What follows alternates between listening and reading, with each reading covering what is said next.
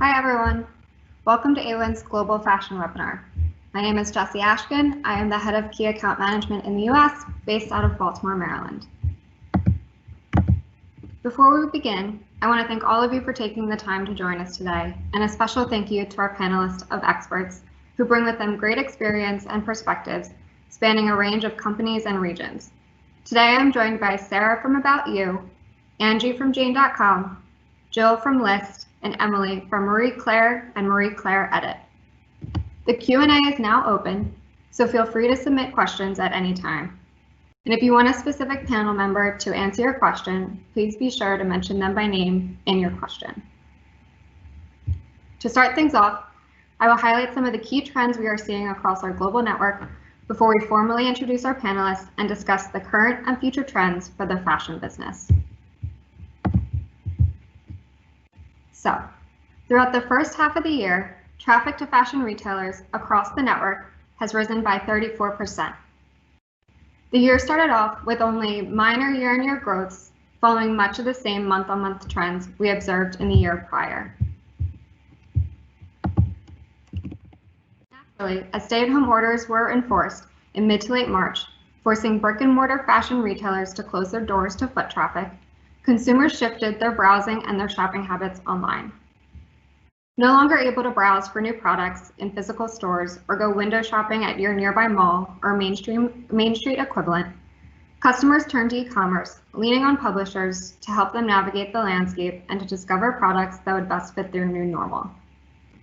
Not only are more people shifting their shopping habits online, but the devices being used to engage with the fashion brands and publisher sites is changing. Traffic from smartphones experienced the largest year-on-year growth rate compared to other device types.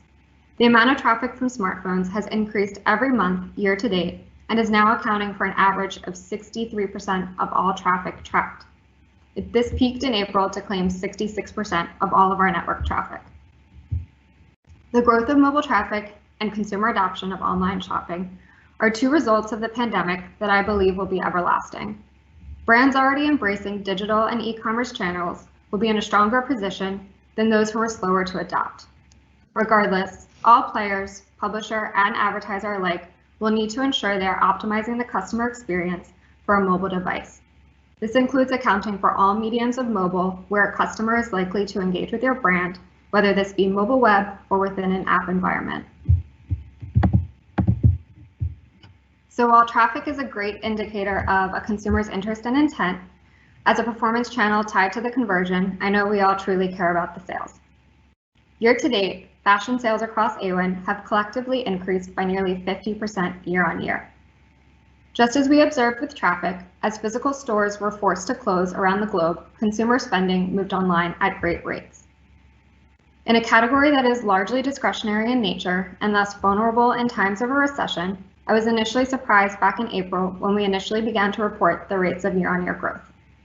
However, when you think about all the social get-togethers that are going digital, the business calls that are moving to video conferencing, people are still connecting face-to-face, although virtually, and want to look good in front of the camera. Many of my colleagues also shared that the money they previously spent going out with friends or had planned to spend on a trip that was inevitably canceled has been reinvested into the fashion category. With everything that's happening in the world over the past few months, retail therapy is clearly still a great source of distraction and a pick-me-up to help keep spirits high. Looking at the current month's performance, month to date, the fashion category is still boasting a positive 61% year-on-year growth, despite a slower start to the month, with sales currently down 12% compared to the same time period in May. The drop month on month doesn't necessarily signal a slowdown. Rather, we believe this is tied to a multitude of factors, ranging from initial lifting of restrictions, stores beginning to reopen, people getting out and about for the first time in months, initial recovery of travel, which is competing now for consumer dollars, and also the beginning of what many to believe to be a global recession. The takeaway, though, is that the year-on-year growth and the overall shift to e-commerce is not over. So what are people buying and what sources are people looking to help guide their purchasing decisions? Looking into April and May sales, months where we observed the greatest impacts of the pandemic, I wanted to highlight the growth we are seeing for the most popular subcategories. Important to note, all categories within the fashion sector experienced both year-on-year and month-on-month growth during this time, although some are seeing greater gains than others. Interestingly enough, shoes saw the biggest growth year-on-year during this time frame, with multi-brand shoe retailers and casual athletic retailers driving the bulk of this. Personally, I was pretty shocked at this stat, as I've been rotating between about 3 pairs of shoes these past few months with great favoritism for my slippers. Not knowing when I might be able to get out of the house to show off a new pair of shoes, I've curbed my spending in this category, but I'm obviously the exception to this global trend. Shoes were closely followed by sportswear, a category that was already on trend in the fashion industry. With many people staying home, it makes sense that sportswear would see a surge, as it's both comfortable and fashionable. Plus, with many forced to change up their workout routines, relying more on their homes or their backyards, this purchase truly serves double duty. And this is a purchase habit I'm more inclined with and more on board with. I would say most of my purchases during quarantine would fall into this category, as I personally try to motivate myself to run more with the appeal of new workout gear. But moving on to accessories, this is a category that actually saw a wide array of retailers and regions contributing to the year-on-year growth. Fine jewelry brands saw an uplift in e-commerce due to lockdowns and Mother's Day events taking place in April and in May globally. Additionally, an eyeglasses brand saw success online during this period, as many of their own brick and mortar stores, as well as those of their competitors, were forced to close, but people were still in need of new prescription glasses. Department stores often offer more diverse product catalogs beyond just fashion, which is why their sales are some of the highest on the graph on your screen. Still, we saw department store sales grow 92% year-on-year. They offer customers flexibility to purchase products from many categories to fit their needs and their wish lists. So with stock levels and shipping times of concern recently, customers may prefer to have all of their products shipped to them at once through one source, which could be one of the reasons we see this category do so well. Clothing retailers, in comparison, saw a more muted growth of only 40% year-on-year. I suspect clothing did not see as great of year-on-year gains due to the seasonal nature of clothing and a shift in consumer purchasing mindsets. The pandemic set in right as spring collections would have been the focus. With the uncertainty of when these stay-at-home orders would be lifted, consumers may have been more skeptical to partake in the typical season-to-season buying trends, not knowing if it would be spring or summer when the restrictions were lifted. One thing that stood out over the course of these months was the resourcefulness and innovation of many brands within the fashion industry, as they adapted their resources to produce and sell face masks for customers and other protective gear for frontline workers. So with an increase in the amount of digital buyers looking for recommendations or deals, I'm sure you're all wondering what publisher types are influencing pandemic shopping behaviors and how this has changed from last year. Editorial content publishers are leading the pack with a 266% increase in sales year-on-year. Best of and must-have articles quickly adapted to the at-home lifestyle, curating a list of the best workout leggings for your at-home workout or outfit suggestions for your next Zoom date. For those seeking the third-party authority and recommendations on what to buy, this compelling content was clearly super successful. Bloggers and social content followed, demonstrating 125% growth year-on-year. Similar product roundups and reviews produced by those with the loyal following were influential on consumer wallets. Social publishers in particular are definitely benefiting from increased time spent on mobile devices, expanding their reach and engagement with audiences. Shopping directories and comparison websites grew by 120% year-on-year as customers looked to evaluate prices for similar products across various retailers, while also trying to more seamlessly locate that perfect tie-dye sweatshirt. Together, these partner types have previously been considered more upper or mid-funnel partners, but these results highlight that their power to influence purchasing decisions is really critical, and that they continue to grow as mainstays of a healthy affiliate program. Our more traditional partner types featured on the right half of the screen equally saw strong year-on-year growth and still contribute a majority of sales due to their position in the funnel. Discount code or voucher publishers drove the greatest year-on-year increase out of the three, indicating that customers globally are growing more price conscious and are looking for deals.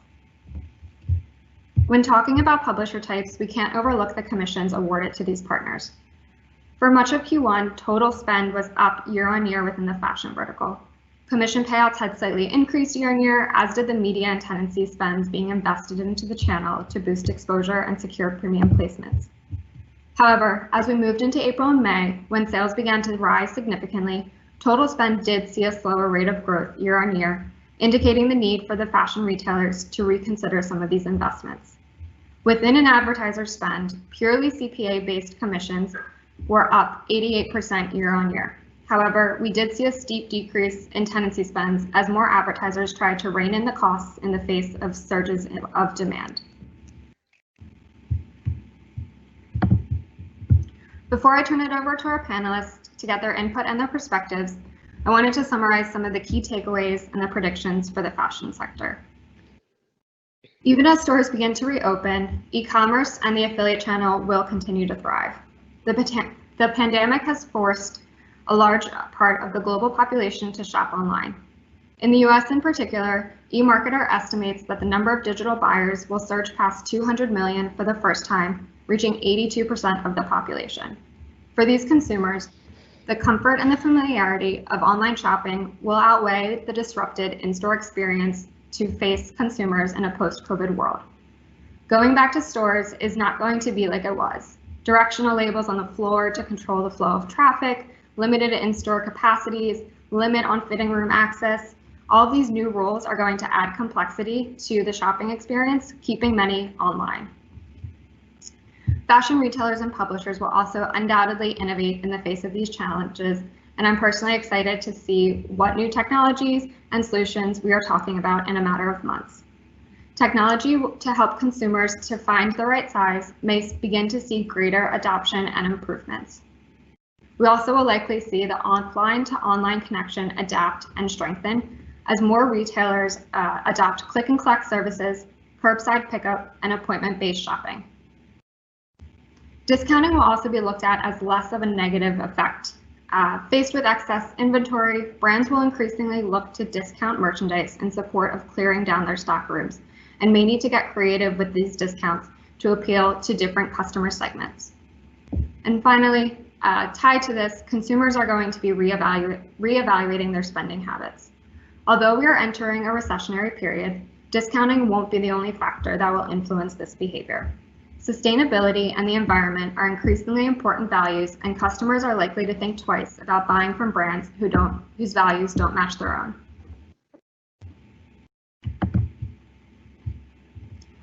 I'd like to now formally introduce our panel before we dive into the interview part of the webinar. As a note, please feel free to continue to submit your own questions.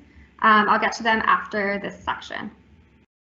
So as I mentioned, our panel today is filled with great experience and perspectives, spanning a range of companies and regions. Today I'm joined by Sarah Koop, who is Project Manager Performance Marketing for About You, the fastest growing fashion platform in Europe.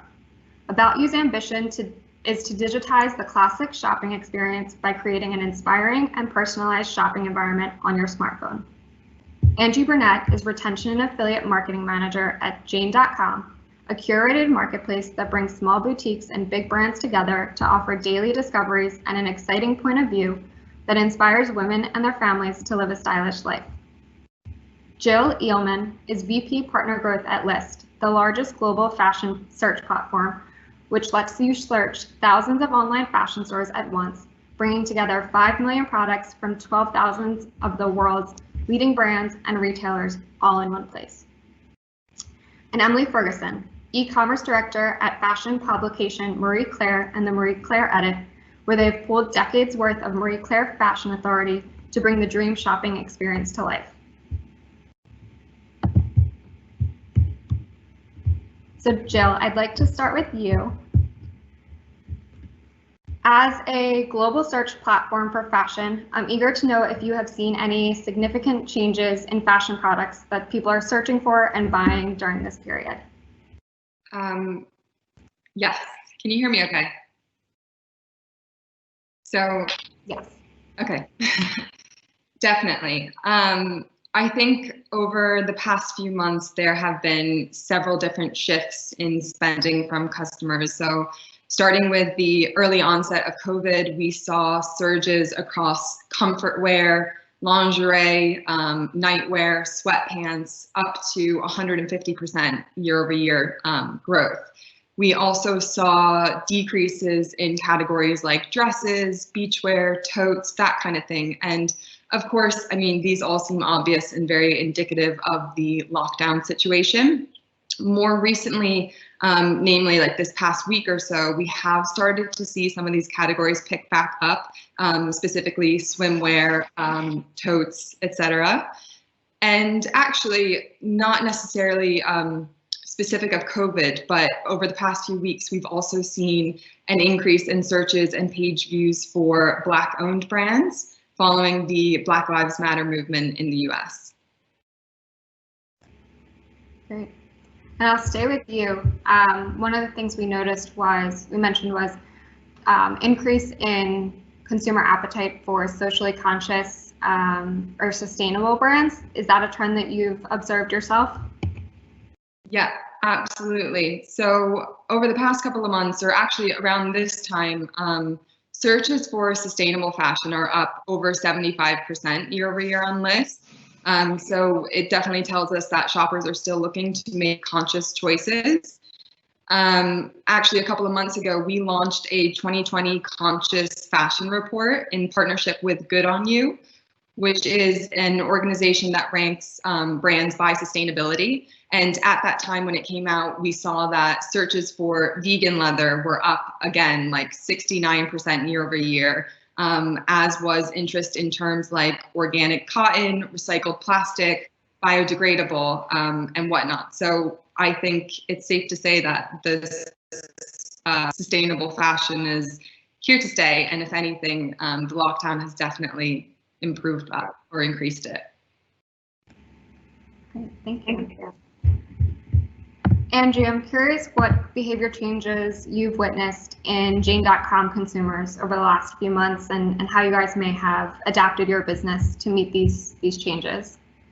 Yeah, we saw a lot of things that Jill said, where loungewear, comfort wear, people are at home, so maybe they don't have to dress up to go to the office or work. They want to be comfortable at home. We saw an increase in that. We did see dresses go down just because people aren't going out and socializing, as well as shoes kind of took a little bit of a dip, just because, like you said, you were only wearing 3 shoes and rotating through those.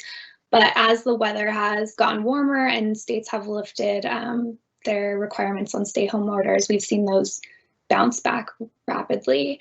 As for changes, because we are a marketplace, we are blessed in the fact that we have sellers all across the US. So certain sellers that maybe might be locked down and can't work, we were able to partner with other sellers during that time frame and get different inventory, as well as show a variety of products that our customers want.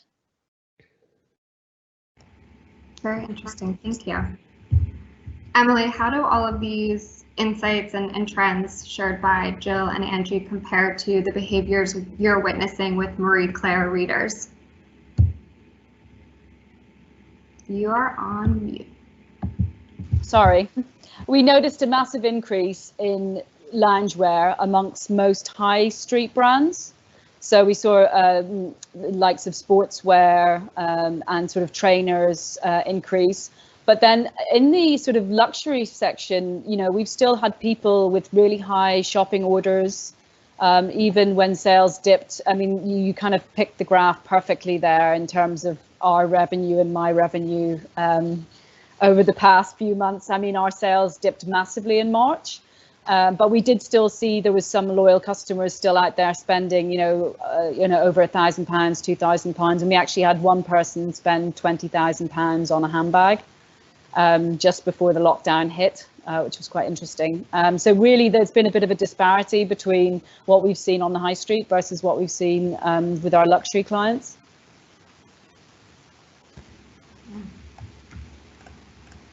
Sarah, with knowing that About You is super focused on mobile and screen time has started to increase during the lockdown, how have you had to adapt your approach for audiences or consumers during this time? Yeah, as you said, we're focused on mobile before, so About You has a general mobile-first strategy, so we did not really have to make a lot of changes or adapt to the trend that you mentioned before in the beginning, that everyone's shifting there, because the strategy was there at About You before, and I think we're doing pretty good with our app. Yeah. Do you notice any differences in terms of the customer's behavior when they are engaging with your brand in the app versus desktop, or is the consumer experience largely the same?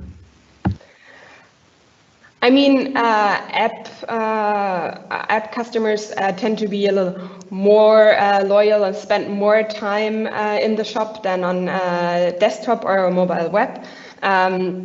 But in general, it was the same trend overall. In March, when Corona hit in, there was a huge drop in revenue, but then we took some countermeasures with a lot of sales, and then immediately the sales increased again. That was across all our platforms, mobile and desktop. Okay. I guess on that, fashion is obviously very seasonal. You mentioned that in March you saw a drop in activity. So how has the lockdown impacted your traditional spring and summer collections? And then you can tell us a little bit about how you might be using affiliates to kind of navigate those challenges and move inventory. Were you still talking to me? Oh, sorry. Yeah, I mean, as I said, the drop was in March. So by now, sales are back to normal. The summer collections are among the strongest we've seen within the last weeks. We have currently a big sale, and yeah, we're basically using affiliate similar as before. There has not been a huge change, as About You has always had a focus on like performance marketing. So we're currently reviewing what marketing channels are working well, and yeah, adapting to reach our consumers where we can reach them best and most efficiently. Great, thank you. Jill, Sarah mentions that they're really leaning into performance marketing, and the affiliate channel has always been a key channel for them. But we do know that some brands have had to shift their partnership strategies. So as a publisher, has it been difficult to manage affiliate partnerships with some of these brands changing their terms or facing disruption in their supply chains? And then how have you navigated some of these challenges? Sure. It's definitely been a difficult couple of months. Oh, sorry, that's my postman. We'll get that. So we actually, we work with over 1,000 partners. So I think over the past few months, we have definitely seen our fair share of warehouse closures, budget cuts, last minute promotions, campaign closures altogether. And it's been difficult at times, but to be honest, we as a team have just done our absolute best to listen to partners and to support them where we could. We're fortunate that as such a large fashion data set, we're uniquely placed to give actionable insights to partners. And so that's exactly what we've been doing, is just hopping on weekly, sometimes daily calls, sharing as much benchmarking information as possible to help them perform. And I think that over the past couple of months, these are really the moments that help to build partnerships, and we're just grateful to be able to support our retailers and to still be a key publisher for so many of them during this time. Thank you.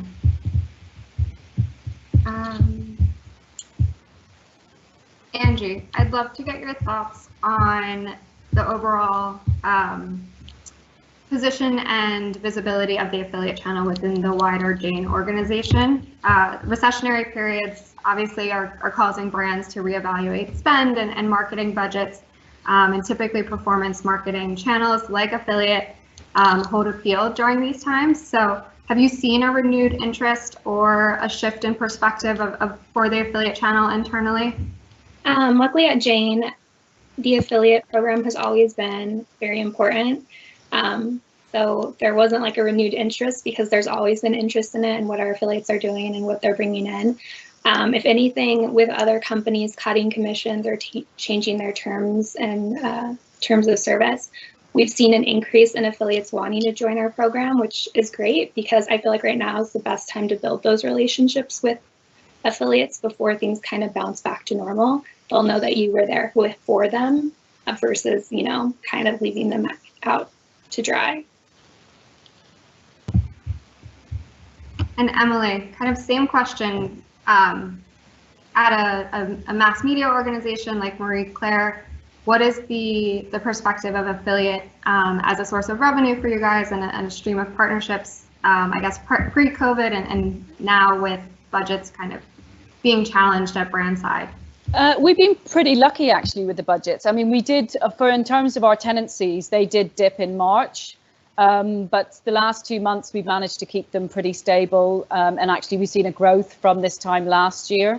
Although the tenancy platform and program with us is quite new, so it's great that it's still growing regardless of COVID. In terms of what we've seen on the affiliate side, I mean, we've been quite lucky. We have over 6,000 brands on the Marie Claire edit, but I think Net-a-Porter closing its doors was quite a shock for us. But it was quite lucky that we have obviously other brands, and we were able to kind of react with the technology to make sure we pushed other brands up in the algorithm to make sure that we didn't lose any sales with the closure of Net. And then the other thing, I guess, that's really interesting for us in terms of partnerships, so we've actually seen, because obviously we work from the top right the way through to the bottom with our voucher code platform. We've seen a lot of new brands really engage with our voucher code platform, which is great because I really feel like at the moment, and especially coming out of COVID, that the voucher code platform and the bottom of the funnel is going to be something that is going to be very vital to us to kind of have a very stable revenue line for that. So yeah.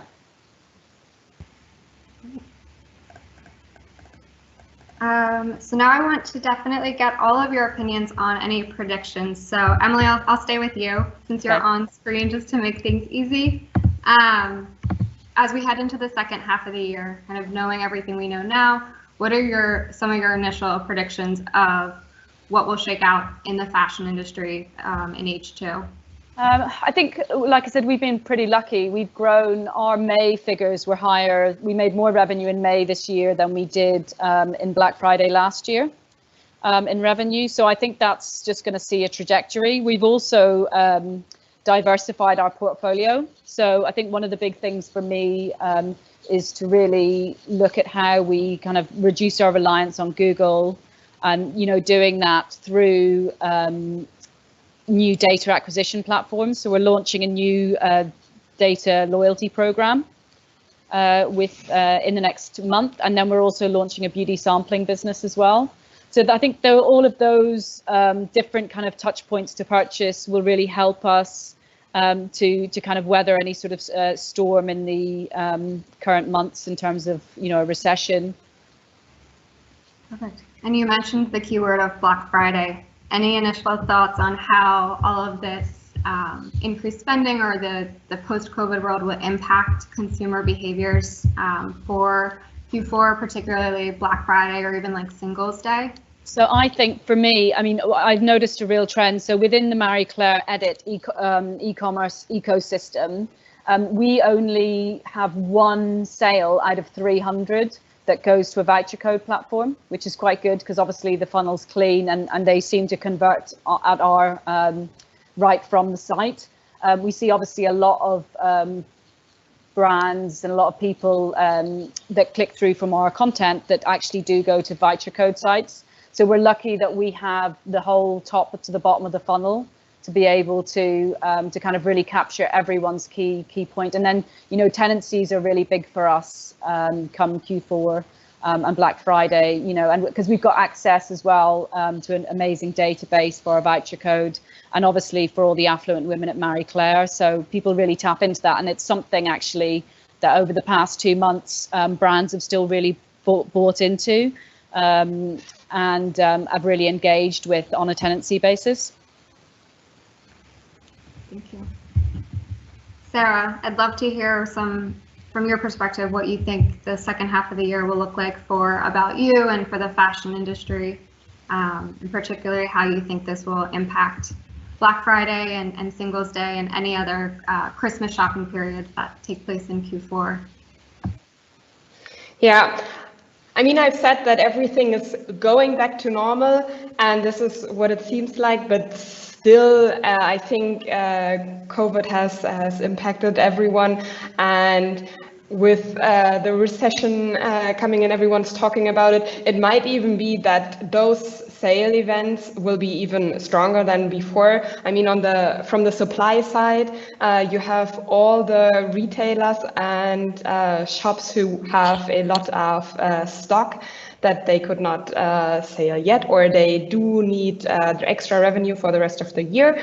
So I can imagine that there will be even higher discounts, or a little more price aggressive discounts than before. And on the demand side, I could imagine that the customers are more sale focused, more price driven, so that they even are more conscious about such event as Black Friday or Singles Day, and yeah, looking forward to buy cheap clothing during these days. Jill, any initial thoughts on your end based off of what you are observing as the search trends and the purchasing trends on List, as far as what will be the trends and the impact for the second half of the year? Yeah, I think it's definitely still early to draw official conclusions about how things will change. But, you know, if the deep recession does emerge, then I don't think it's unreasonable to expect more often. We've seen some data signals pointing in that direction, but again, trends can follow several different paths. I think one thing that goes unsaid definitely is just an overall push towards digital. So, you know, previously it was estimated that 25% of shopping would be online by 2025, and that's already been revised to be more like 30%. So I would say that even as we move out of this terrible period, our industry is going to emerge with a renewed focus on digital. And we as customers are going to be far more open to buying online, and those brands with sophisticated e-commerce experiences, great apps, engaging online presences are going to be the ones to really flourish. And last but not least, Angie, love to get your thoughts on H2 impact. I think it's a unique perspective since you are a seller-based marketplace, how you're anticipating the rest of the year to play out and what trends you expect to see. Yeah, I think it will definitely really depend on how the rest of the year goes. If there's more COVID outbreaks and people are staying home, and if there's a recession or not. I think people are definitely going to be concerned about price and where they're spending their money and how far it's going.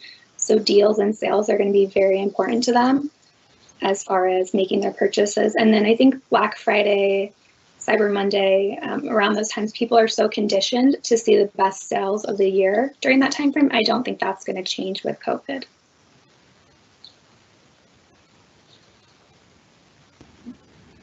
Thank you. So now we will pause and turn it over to kind of see what the audience is asking.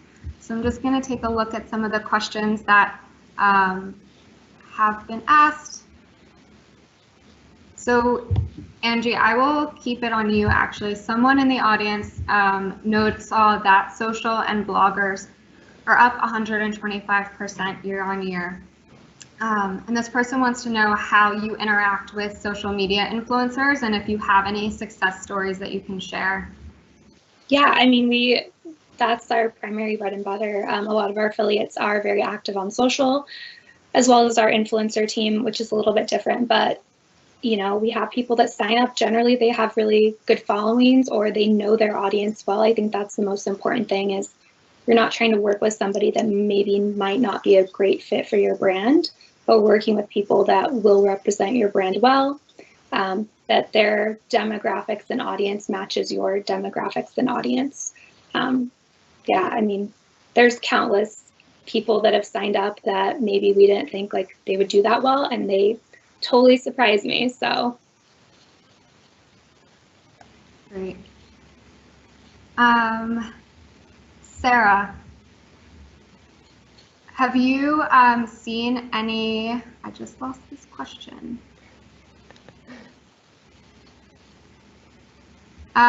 There's a question about returns. How have you adapted to some of the store closures and just navigating that return process for many consumers who haven't been able to either get to the post office or get to a store to returns? Have you adapted that into your program at all?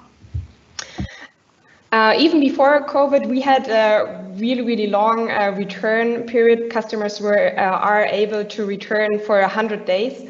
So I think that gives enough time for everyone to be able to return.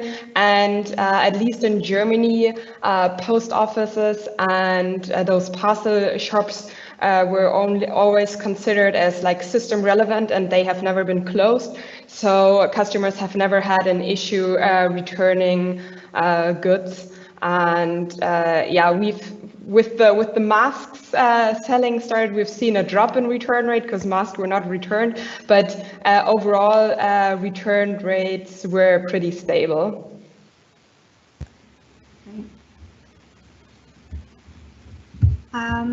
Emily, I think you had mentioned kind of the reopening of the high street a little bit in some of your commentary, and one person in our audience wants to know if you have any insight or predictions on the impact that the opening of the high street will have on e-commerce. I think that once people start shopping online, I think the majority of them will continue to shop online. And actually it's then, you know, how do we create applications that engage the online and the offline shopper as well? So, you know, that's something in development for us at the moment, to work with brands to try and encourage both online and offline store sales.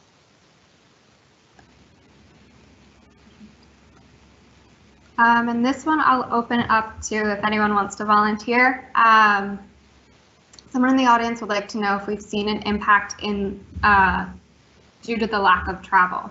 So both in terms of consumers not buying for this experience, but also any impact that you've seen with publishers who maybe offer travel reward points as part of their incentive model.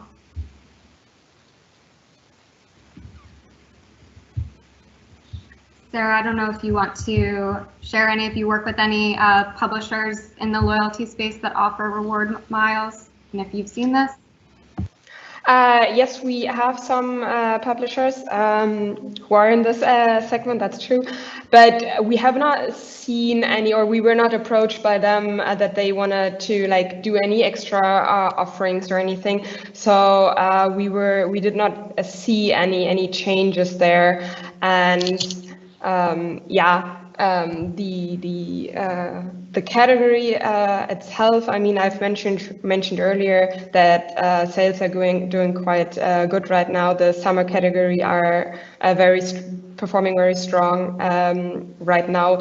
I mean, even if the people do not travel far away to Thailand and whatever to lay on the beach, I mean, I'm sitting on my balcony, someone else can go to the lake. I guess people are eager to go outside again and yeah, also buy new clothes there.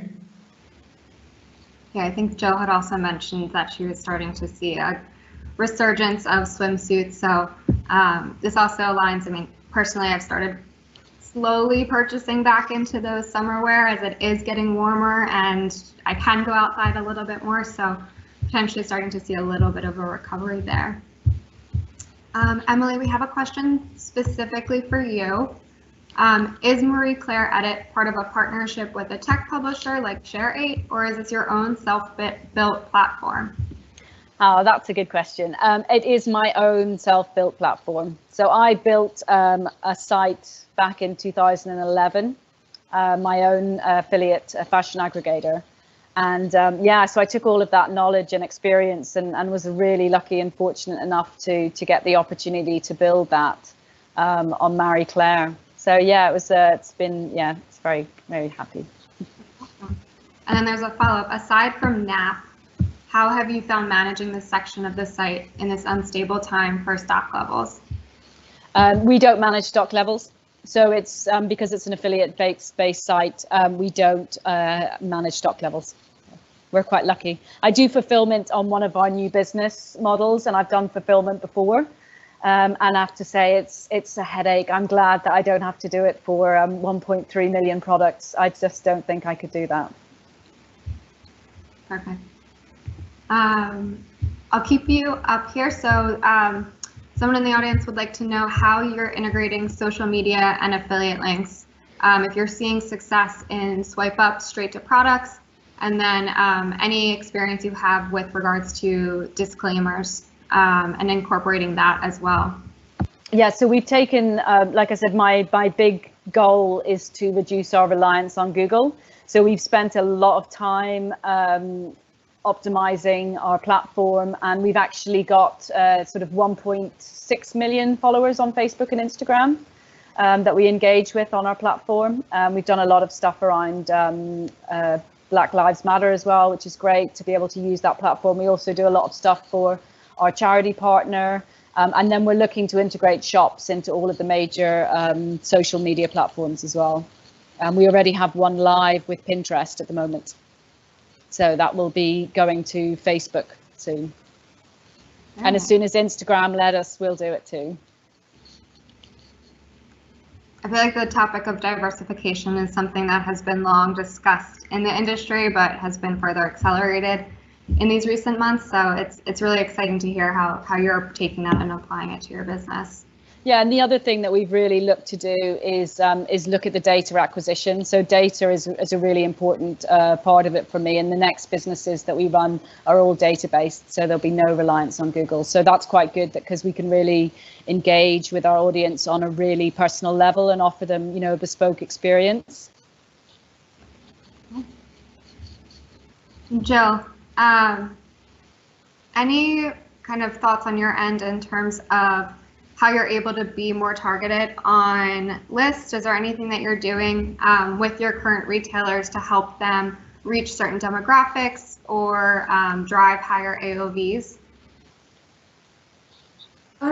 Yeah, so one of the largest product offerings we have at List is outside of the affiliate space is just running CSS campaigns for all of our partners. So obviously right now that's unique to the EU, but we have also opened up shopping ad activity in the US market as well. So this is just one activity that we've been running for partners in order to help gain incremental traffic and revenue. As far as being a bit more targeted, we encourage all of our retailers to work with dynamic commissioning. And yeah. Thank you.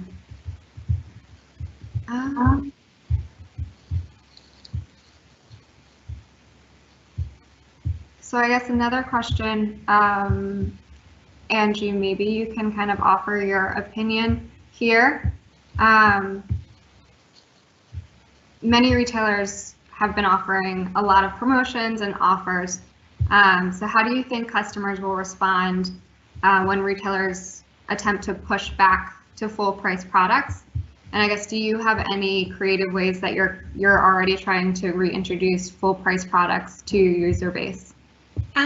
So Jane's unique in the fact that we don't offer any promotion codes or coupon codes. So I don't see that being an issue for us, but I do see that with other merchants out there that could be a potential issue. I think it will just have to depend on seasonality. You know, when stuff is brand new, it's going to cost more than if it's been out for, you know, 6 months and you're buying it at the end of the season. And Emily, I'll come back to you. There's a question here for what would you recommend for smaller brands who might not have a lot of tendency to optimize partnerships with, but they want to stay involved in the channel? Any kind of recommendations from your experience as far as best practices or what to do? Yeah, I mean, well, get in touch with us and we'll help you. The perk of the affiliate channel being semi-relationship based. It's exactly. Yeah, just get in touch. We can have a chat. I mean, we do stuff on CPA as well as tenancy. It depends on the brand, and we also do a lot of stuff on social. And there's lots of other kind of lots of touch points to purchase that we try and offer our brands. So it's not just a straight you know, newsletter, competition, all of that kind of stuff. We try and do kind of like innovative little ways to kind of let brands make their mark on Marie Claire.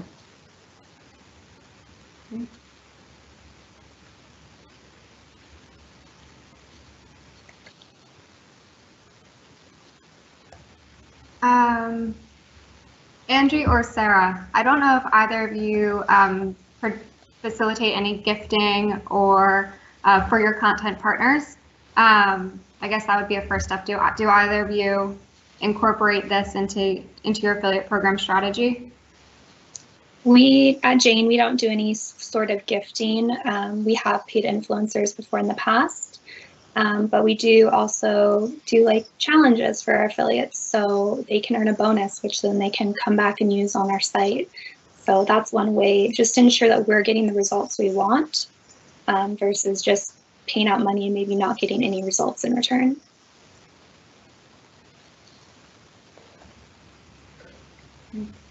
Sarah, how does that kind of compare to any strategies you have in place with About You? Yeah, in affiliate, we also rely on a CPA-based commission model. I know that other channels, like our influencer team, they have different approaches. But I think, yeah, you really have to like look into your channel and what works best to see how, yeah, compensation, what compensation model you're using.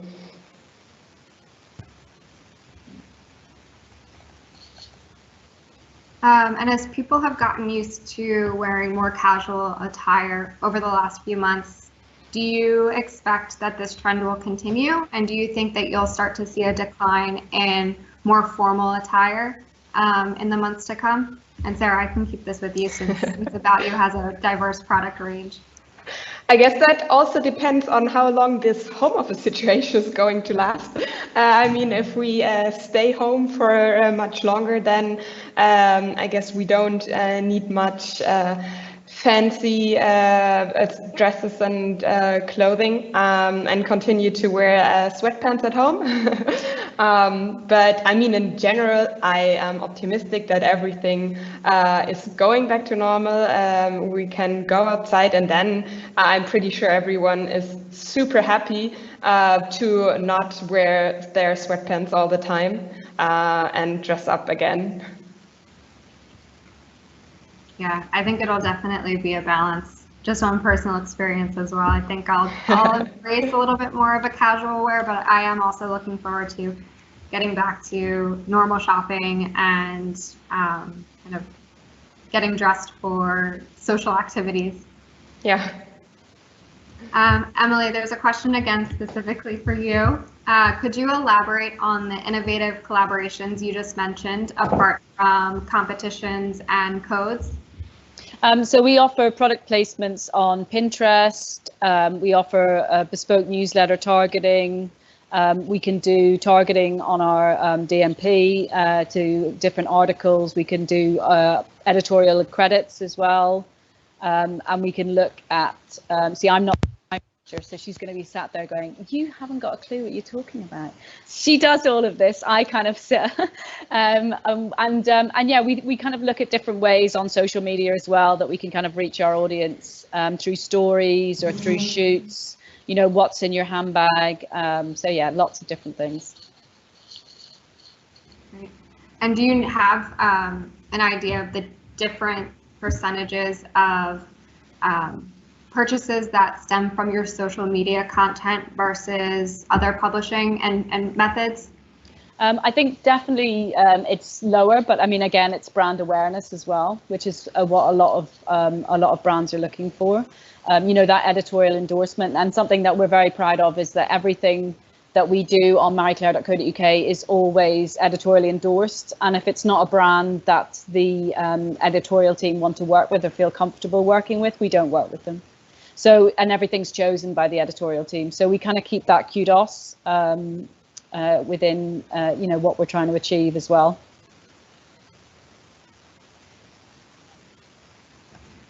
Thank you.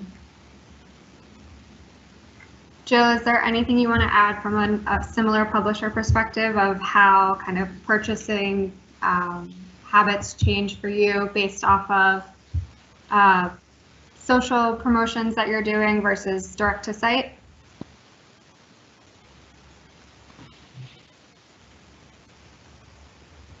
Apologies, my internet's been cutting out, so I only caught a little bit of your question. That's good. How's your internet connection right now? Hopefully it'll work. Okay. I wanted to just ask for Liz, how do purchase habits shift based off of your social promotions that you might be doing versus the direct on site? Do you notice any marked changes in those behaviors? That's a really good question. And to be honest, I'm probably not best suited to answer it. I don't have as much involvement in the social or in the purchasing side of things, but if a specific person is interested, I'd be happy to do some digging. If you want to share that via email afterwards, I can get back to you. Perfect. Sounds good. Okay, well, we're getting close to the end of the webinar, so I just wanted to thank you all for joining today and for submitting some great questions, and a huge thank you to our panelists. It was a real pleasure to have you and hear about all your experiences. For more trends and insights, please check out the Awin and ShareSell websites, including our Coronavirus Hub, offering information, advice, and sector-level reporting. In a couple of weeks' time, my colleagues will be hosting 3 more sector webinars, including 2 examining our agency partners' perspectives. One will feature agencies from across the globe discussing the latest trends, while the other is intended to provide a specific agency perspective on the US and Canadian markets. And in between these 2 agency webinars, we will also examine performance across the finance sector. You can sign up or find recordings for today's event and previous sector events on our website, including the most recent webinars focused on travel, retail, and telecoms. Finally, if you have any questions or want to chat about any trends that your business might be seeing, please get in touch. My email address is listed on the screen, and I'm happy to answer any questions that you have. And with that, I hope you all have a great rest of your day, and thank you again so much for spending some time with us today.